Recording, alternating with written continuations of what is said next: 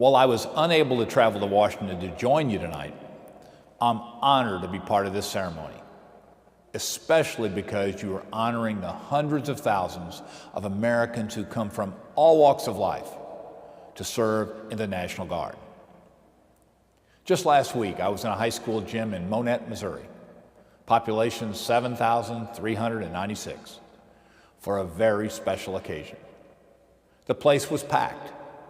There were loud cheers, signs, and banners, and everyone was in a joyous mood. As you probably guessed, this crowd wasn't there for a basketball game or a football pep rally. No, they were there to welcome home loved ones they had not seen for the better part of a year.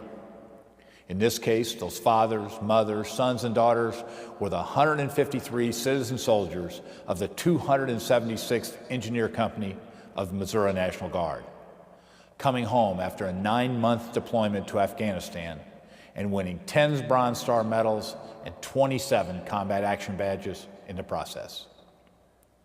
That's a scene that's been repeated in towns and cities across the United States many, many times in recent years.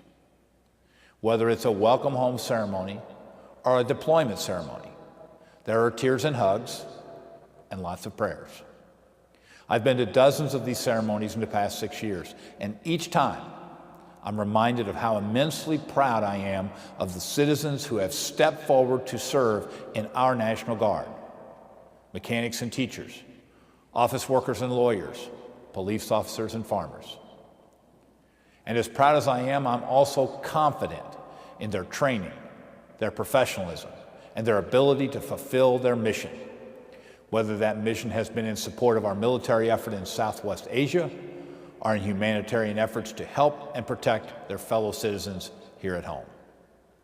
6 weeks ago, I traveled to Afghanistan with 3 of my fellow governors, Governors Cuomo, Haslam, and Sandoval. It was my 4th trip there, and one of my roles in going has been as a member of the Council of Governors, which addresses National Guard and Homeland Security issues. Time and again, the commanders in the field told me about the invaluable role of the National Guard units in theater. Missouri alone has had more than 20,000 deployments from our Guard since 9/11. I'm proud that the Missouri National Guard put the first agribusiness development team into Afghanistan as a way to build trust and show villagers how to be more self-sufficient. It was a concept picked up by several other states. Even as our major military operations in Afghanistan wind down, the Missouri National Guard unit that I spoke of completed its mission of deconstructing forward operating bases and other resources in a manner that was safe and efficient, and kept those resources from being misused by our enemies.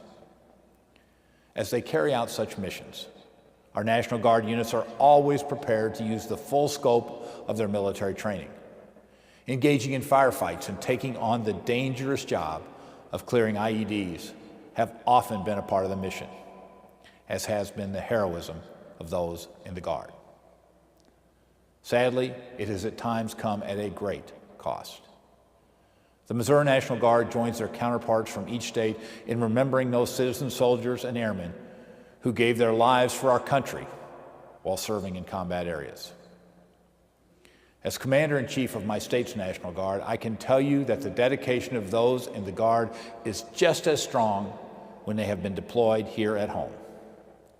Missouri has seen its share of natural disasters: a record blizzard that closed a major interstate, flooding of hundreds of thousands of acres along the Mississippi and Missouri rivers, and the deadliest single tornado in U.S. history that devastated Joplin and took 161 lives, all of this during 1 year, 2011. Each time that I've called on the Guard, they were ready, shoring up levees and carrying out water rescues, pushing through 4-foot snowdrifts to deliver medicine and deliver babies, and moving unimaginably high mounds of debris that just days before had been houses and businesses. 14 times in the past 6 years, I have mobilized the Missouri National Guard for states of emergency. In some cases, those citizen soldiers of the Guard were carrying out their missions even as their own homes had been damaged or destroyed. But their professionalism and their compassion made us all proud. I know that same sense of duty runs deep in all those who serve in the Guard, from every state in the Union. And to each American who wears the uniform of the National Guard, I say thank you. You are putting devotion to state and country ahead of self. General Grass, as a fellow Missourian, I'm very proud that you are the Chief of the National Guard Bureau. You came from Jefferson County and Fox High School to serve your country in uniform around the world for the past 45 years.